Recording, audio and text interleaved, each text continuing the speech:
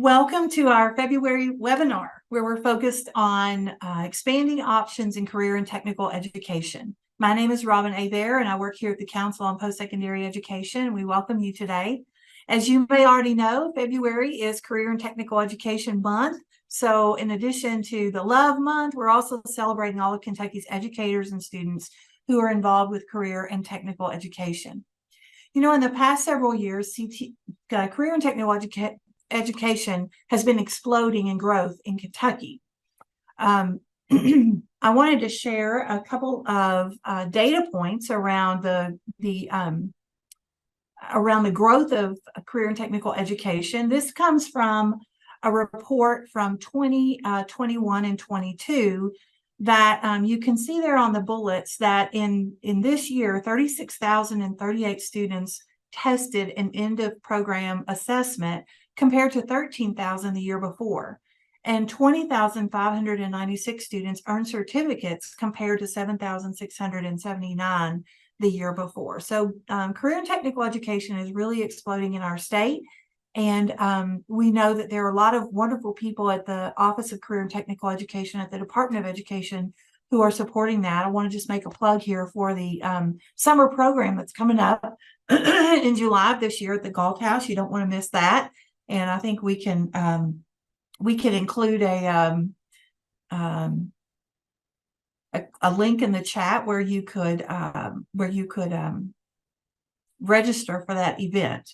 I went last year, and it was amazing to see all of the students, what they were able to accomplish, and it was just really something to see for high school students what they were able to do. And I learned so much and realized that I need to learn a lot more. So I'm excited about today's discussion. We have 4 experts who are in the field of career and technical education who are joining us today. And let's see, Trinity, if we can, yeah, there we go. So we're welcoming Stephanie Pritchard, who is the Senior Regional Advisor at the Glasgow campus of Western Kentucky University. We also have Kelly Norman, who works here at the Council on Post-Secondary Education. We have Erica Settlin, who is an academic program consultant at the Office of Career and Technical Education at KDE, and also Tina Brogley, who is an expert on work-based learning, and she's also at the Kentucky Department of Education in the Office of Career and Technical Education. So we're excited to have these expert panelists to discuss some of the nuances of career and technical education in Kentucky. So we're going to begin our discussion today with Stephanie Pritchard, who is a Senior Regional Advisor at the Glasgow campus of Western Kentucky University. So Stephanie, I want to welcome you into the room. Good morning. I know that you have achieved a lot of success in your career technical education programming at the Glasgow campus at Western Kentucky. So I'd like to just get started by hearing you tell us a little bit about how dual credit has enhanced CTE programs there at your campus. Sure. So I'm gonna talk about our program for a little bit and talk about how we got here and what we're doing, and then hopefully you guys can see how that aligns with the career and technical education standards and pathways. So we've been doing dual credit for several years here on the Glasgow campus, and obviously have many dual credit opportunities at WKU, whether that be online or face-to-face or in the high schools. But what we often saw was that students were coming in and sometimes didn't have those prerequisites that they might need. They had a lot of hours, but didn't necessarily get them closer to graduation. So what we did was we looked at what was needed in our area, what jobs are available that need bachelor's degrees, and we designed a cohort program where students come onto the Glasgow campus their junior and senior years to take 30 hours of dual credit. So they take 15 hours of dual credit, both junior and senior years, for that 30 hours in total. These are really closely aligned with those needs of our region. So we call them professional career tracks. And those are in agriculture, business, crime and legal studies, education, and nursing, which we know we have a lot of need for those professionals in our area. So the students are coming here and they're taking both those courses that are kind of more technical for their major, and then they're also taking general education courses. Mm-hmm. Kind of, we might think about it like replicating their freshman year of college, very similar to that. Yeah. So after we came up with a plan and we aligned all the courses that the students would be taking, We also saw the need to work with the schools in each of our 7 partner school districts in our region. So we have 7 partner school districts that send students here. And we saw that there was a need to align those with the career pathways that they're already in their high schools. So we collected all the syllabi from all of those different more technical courses, submitted those to the Career and Technical Education Office, and they were really helpful in helping us to align those courses with the courses that are already being offered. And then that helps the students obviously be college and career ready. We know it's very important to be college ready and to have those dual credit courses to make them successful once they transition to a freshman, but we also want them to be career ready. And so this is a way that we can have a win-win with those. Wow. I was going to ask you about some innovations in the space of career and technical education, but I heard you describe bringing students to your campus. I heard you describe working with the districts on these career pathways. I heard you describe working with the Office of Career and Technical Education. So many things that I can see here that, and even aligning to your workforce needs in your area. Is there anything else you would add to the question about innovation in this space that you all have been working on there in Glasgow?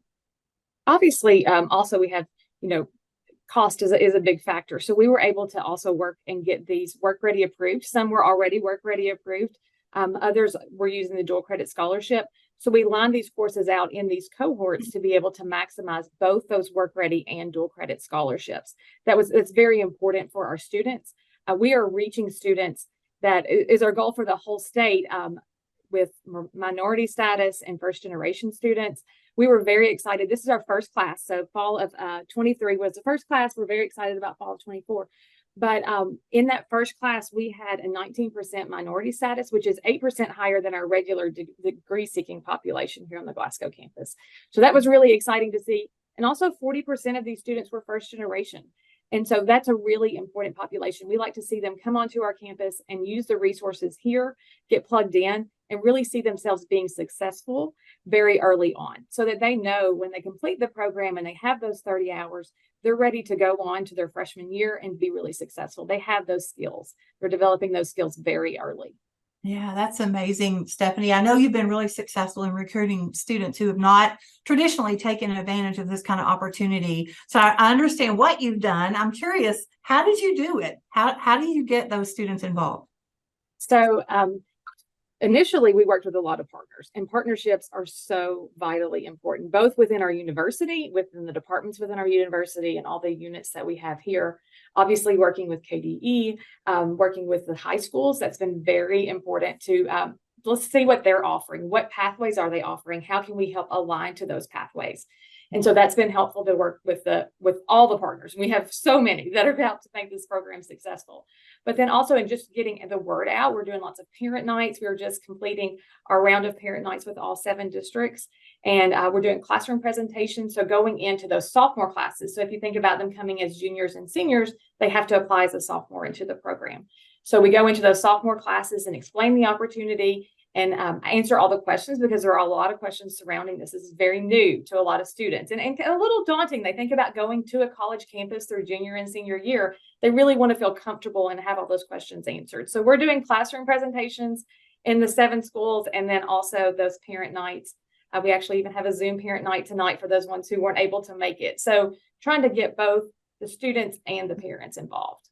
Wow, that's wonderful, Stephanie. I'm sure that the people who are listening today would love to see some of those resources. I hope you'll share some of the absolutely, yes, and plans that you have for the parent nights.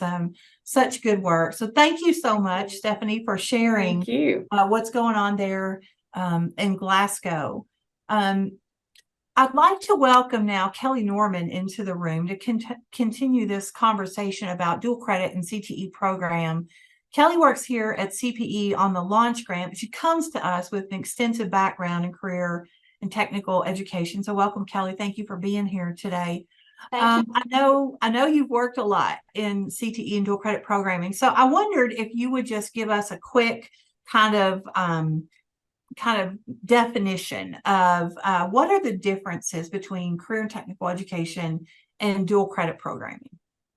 Well, career and technical education, if you're looking at it from a secondary pathway, That is truly just at the secondary school, if you're looking at career and technical education. And those are your kind of prerequisite courses, that background information that students need to know prior to entering some sort of skilled trade. I mean, really, that's it. And then the dual credit aspect comes in when you have a post-secondary education course that connects to that pathway. I heard Stephanie talking a little bit about how they offer both CTE and general education courses. Can you describe a little bit how that might work for a student? Absolutely. So a CTE course is going to be very technical based. It's going to have a lot of career and employability and occupational skills that are connected to those standards that will be taught in there. Meanwhile, a general education course are those courses that all students are going to have in some capacity. So a CTE dual credit course isn't necessarily a course that all students at that institution would have to enroll in. Meanwhile, your general education course, all students will have to have some aspect of that course, history, English, math, while your CTE course is very specific to their career pathway and their intended career goals. Okay, so when a student is taking advantage of this opportunity, they're going to take courses in both of those categories. Is that what I'm hearing you say? Yes. So all students, regardless of what their intended major is, will take a general education course, and they can take those for dual credit. However, it's once they start specifying what they want to do for their career, that's when your CTE dual credit starts kicking in. So it's going to be very specific for a career. Okay. Very helpful. Thank you, Kelly. So today's session also introduces some of the less known opportunities that we have here in Kentucky. And one of them is articulated credit. And so I know we hear the word a lot, but I'm not sure we fully understand what all that is about. So Kelly, could you give us kind of a simple layman's definition of articulated credit and how it benefits students? Absolutely. So articulated credit is not dual credit. They are two totally different things. Now, saying that, it doesn't mean that one's better than the other or that students can only do one or the other. They can most definitely, at the secondary level, they can most definitely do both articulated credit and dual credit. So articulated credit is when a school at the secondary and post-secondary level have worked together to assist students in progressing smoothly from secondary to post-secondary programs through an articulated credit agreement. And that's linking to educational systems within a community to help students make a smooth transition. So what that means is that at the secondary level, students have went through and they have taken courses in a specific career pathway. At the end of them taking that pathway, they can earn either an industry credential, an industry certification, or they can take an end of program assessment for that pathway. Once they earn that credential or they pass that end of program assessment for their specific career pathway, there are articulation agreements in place for students to earn credit at a post-secondary institution for receiving that certification or passing that assessment. So those are individualized between the career pathways and the certifications and the end of program assessments to the university.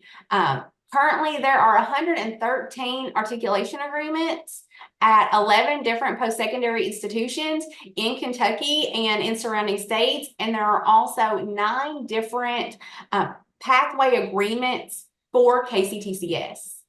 So it depends on what that student is interested in, what they've done at the secondary level, and where they go to school at, depending on if they can receive credit. But that is credit that is put on their transcript at no charge, and they don't receive a grade for it, but they do receive those credit hours. All right. Wow, Kelly, that sounds like an amazing opportunity for students and one that would be relatively unknown to them. And so I'm glad to have this conversation today to kind of elevate this idea. So thanks, Kelly, for the introduction to articulated credit. And today we're grateful to have with us Erica Settlin, who is the academic program consultant from KDE's Office of Career and Technical Education, who is an expert on articulated credit. So we welcome Erica today. And so Kelly has introduced this concept, Erica, And I know that you're one of the experts in Kentucky on this. So what would you add, just to get started? What would you add that might be of interest to our audience? Well, a couple of different things. As Kelly mentioned, there is an unfortunate misunderstanding between the eligibility of a student, meaning that a lot of our districts and leadership think, well, we're providing dual credit, therefore, they're getting more than what articulated credit could offer them. And so I do want to, reiterate the importance that just because you complete a dual credit course doesn't mean you're ineligible for articulated credit and vice versa. So we want to make sure that if we can stack multiple things that allow us to avoid cost and time, that we're doing that for our students, and we're advising them early on that. Okay, so you use the word stack. I want to make sure that everybody understands what you mean when you say they can stack these things. Well, meaning that they can take advantage of multiple resources available to them based on the things that they have successfully completed at that secondary level. So if they've stayed in that same CTE pathway throughout high school, they're likely already eligible for articulated credit. And what's key here is not all of our CTE instructors have the ability to serve as an adjunct professor, and therefore may not be able to offer dual credit at that high school level for the pathway they're enrolled in. However, because they have proven themselves over a series of courses in the same pathway and demonstrated mastery on an end of program or industry certification or both, they would actually be able to receive some form of post-secondary credit, which again wasn't available to them at the time that they were in the pathway at high school, but is being honored during that transition period. Wow, what an amazing opportunity for the instructors and for the students. You know, Erica, on our call, we often have advisors and school counselors who join our sessions. I'm curious, what advice would you give to people who have this frontline access to students so that they could communicate and advise them better about articulated credit and this great opportunity? Sure. So it's easier than you think. It may sound like a beast or sound like an elephant that you've got to take massive bites of, but you're not alone in this journey by any means. This is a growing space. I want to make sure that that's super clear. Yes, there's a big effort of having information at everyone's fingertips, but I will tell you, awareness is not at everyone's fingertips right now on this topic. And that's not anything to feel bad about. It's something that we are working on growing capacity on so that we can support our student population and advise them properly and thoroughly. So this is a great way for you to incentivize the importance of high performance and commitment to this pathway content, because the value does exceed their high school transcript. So when you're having those conversations with students, it is important that they're passing with, a B or higher, because many agreements based on that grade point average in that coursework to be eligible to even ask for this credit. We're working to improve different opportunities such as today's webinar, other webinars in the future, resource development. So if you have suggestions, we want to know what are the gaps that is making a hurdle for you that's unnecessary, that's a barrier to you getting this information to parents, families, and students. Obviously, like we said earlier, and regular advising is always essential. So being aware of the existing agreements and the populations that are eligible for said agreements so that they can pursue credit, that you're talking to them early. But also, like I said, we're not alone in this. We have got to build capacity among our counselors, our teachers, our parents, our students, and partnering with the existing things that we already have in place, like a FAFSA night or a senior night college career fair, and plugging in this additional opportunity rather than it feeling like an isolated addition that we have to develop from scratch. This can really be plugged into your advising model that you're already utilizing. And I will say, in full transparency, you may communicate with a student and start this process, and they reach out to the post-secondary location that an agreement exists, and the post-secondary tells them, we don't know what you're talking about. Yes, I know that may give a little bit of alarm to everyone, but it's not because it's not going to be honored. It's because, as we know, in institutions, there is high turnover at some points in time. And because of that, that information may not have been with the person that you immediately reach out to. So making sure you're aware of where is the information and how you can share that information and capitalize on that information so that everyone is involved in the conversation and you are getting the credit you're entitled to, or our students are entitled to. So don't hesitate to partner with us, to speak to your teachers. Don't hesitate to reach out and ask us to visit schools, talk to students. We're happy to do those things. Yeah. Okay, so Erica, one last question for you. If I'm a school counselor or an advisor, and I don't currently know anything about articulated credit, or my school doesn't have any agreements in place. What should I do?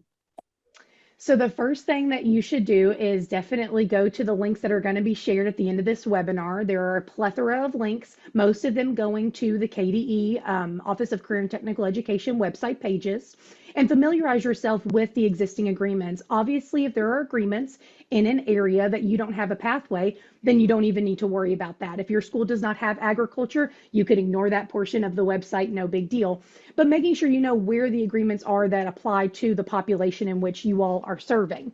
So that's the first thing to make sure you're aware of. The second thing to know is that there are two primary forms that have to be completed if a student wants to pursue or request this credit. KCTCS has a CTE2 KCTCS form they ask you to complete using their website, which again is linked on our page. And then for all the other institutions, both public and private, we have a CTE articulated credit report form that goes to all of those other institutions, again, linked on our website. So please make sure that you're providing your students with the documentation that those forms require. A transcript obviously is very much a standard across the board, an end of program assessment or EOP certificate, or copies of their industry certifications, because they have to make sure that even though it is ultimately their responsibility to request credit, that we are helping to enable them by giving them those materials that they've earned and copies of those so that they can provide them to the post-secondary institution. So I really think it all starts with awareness.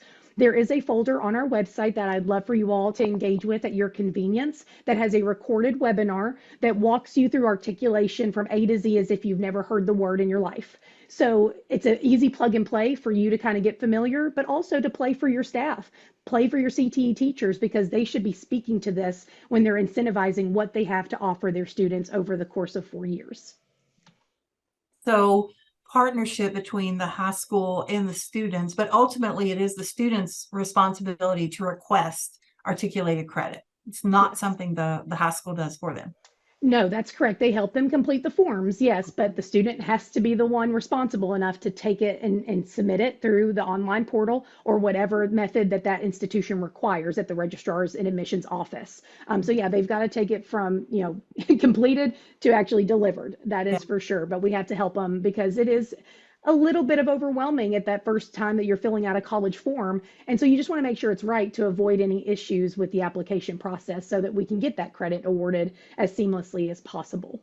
Yeah, absolutely.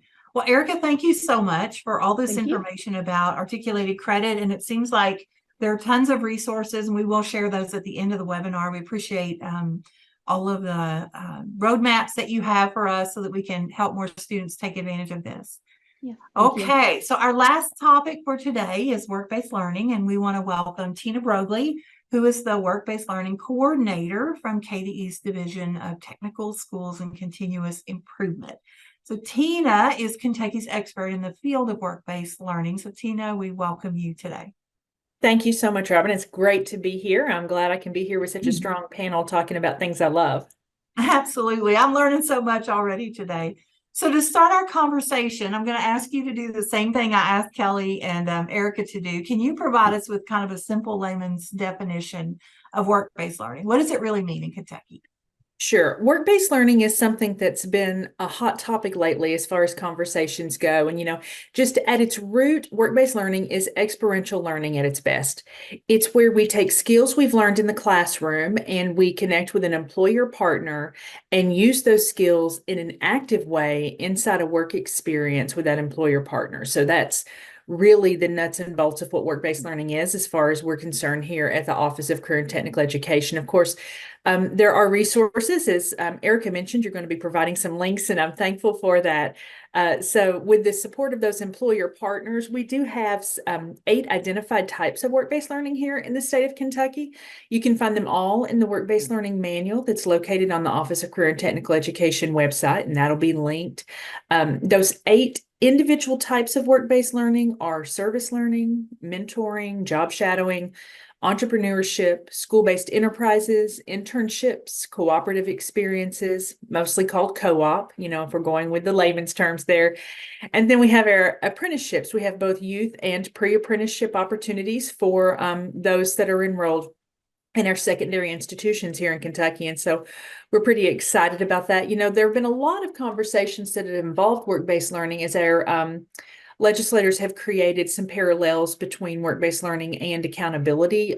We have frequently asked questions documents on those website links that I think a lot of people could probably benefit from when that Senate Bill 25 came in.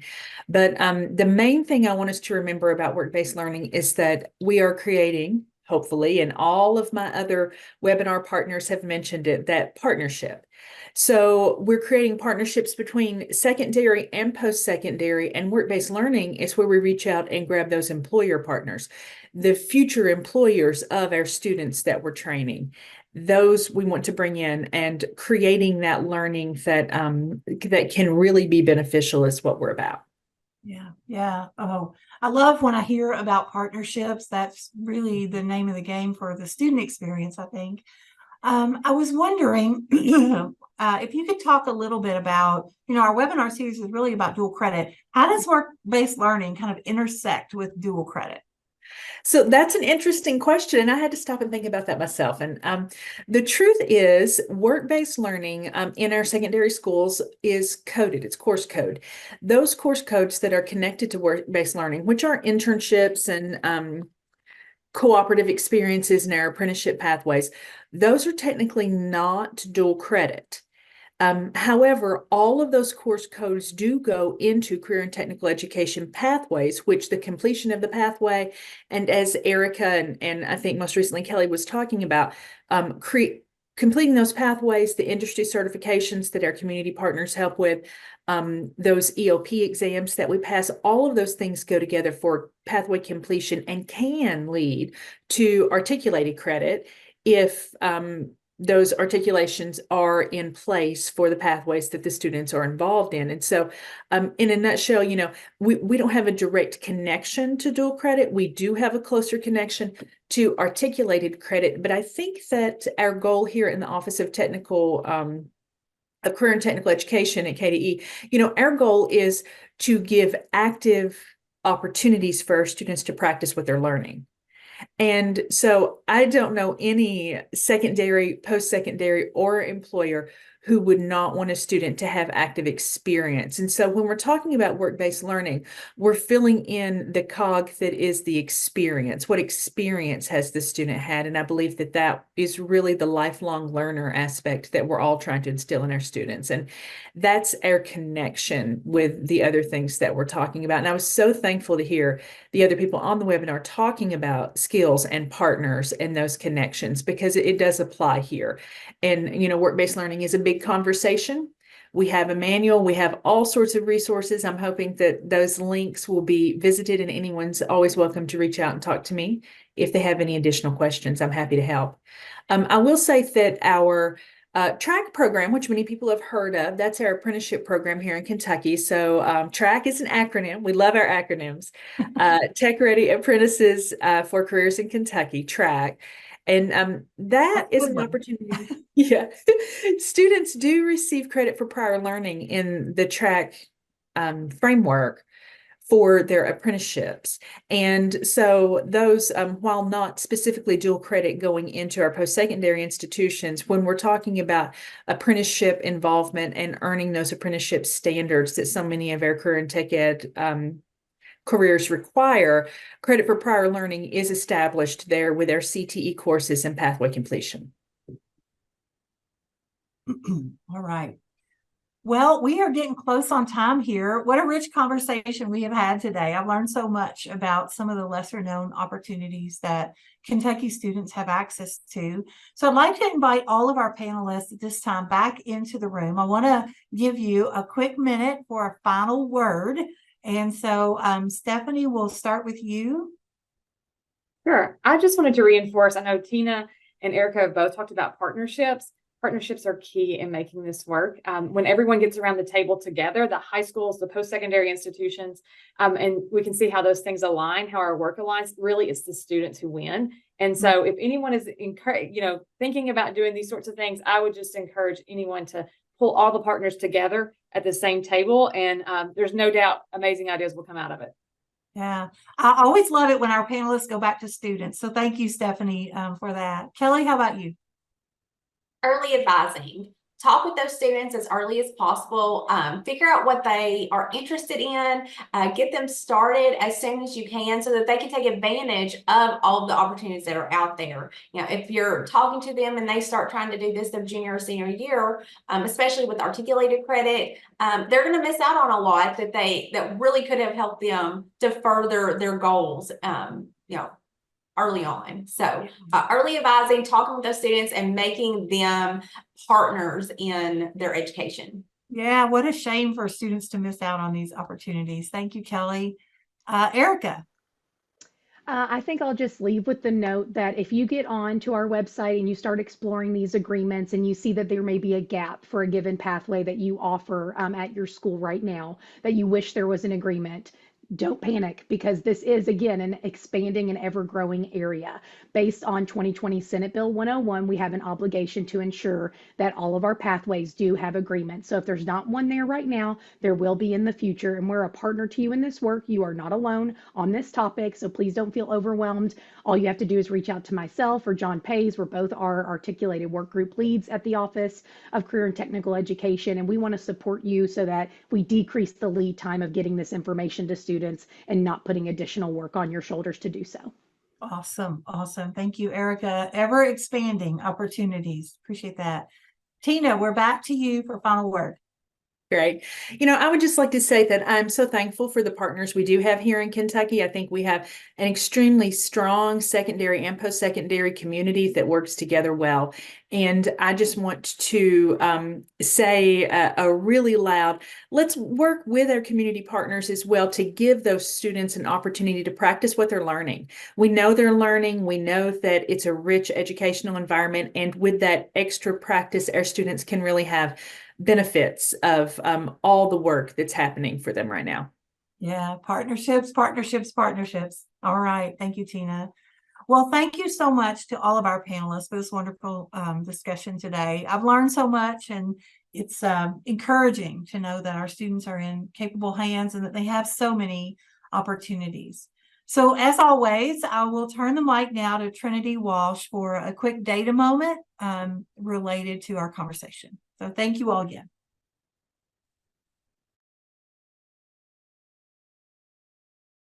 Hello, everybody, and good morning. And just like everyone has mentioned on the webinar today, I'm very invested in exploration and in partnerships for students. And this is a key component in helping students plan and ultimately take dual credit courses, participating in work-based learning and understanding articulation credit when they're eligible. So wherever you live in the state, this might also shape your experience and what courses are available for your students. One way you can help your district on this journey and help your students with their exploration through several great websites that are part of the KY Stats, which directly can connect to the CTE programming. I will have these links on our EPSO toolkit so you can check them out, as well as all of the links that our participants have talked about today. So I would encourage you to check out our toolkit after this webinar. In October of last year, the Community College Research Center, CCRC, released a new report called Introducing DEEP, a research-based framework for broadening the benefits of dual credit or dual enrollment. Authored by John Fink and Davis Jenkins, this essay introduces an emerging approach to dual enrollment where community colleges partner with middle school and high school students to motivate and prepare underserved students to pursue post-secondary degrees in a field of interest directly after high school by reaching out to underserved students and families to encourage and support them to participate in dual enrollment, aligning dual enrollment course offerings to bachelor and career technical associate degrees, supporting every student with career and academic exploration, advising and planning, and delivering high quality instruction that builds students' confidence as college learners. The program you see on this slide illustrates how the DEEP approach begins outreach to these students in grades 6 through 8 so that they're informed and ready for dual credit when it becomes available to them in grades 9 through 12. And ultimately, dual credit experience opens access to baccalaureate majors at four-year institutions, but also community college associate programs that are also aligned to advanced majors and workforce credentials that are aligned to high demand and high wage careers. This approach is strongly tied to early post-secondary opportunities within the CTE course field that we've talked about today. Traditional early post-secondary opportunities such as AP and IP emphasize general education courses and content. And as we celebrate CTE month, I want you to think about how CTE dual credit can provide students those higher level end of pathway courses. CTE programming is proven to increase academic and college success and has a focus on career planning, future employment and earnings, and increase school satisfaction and engagement for all students.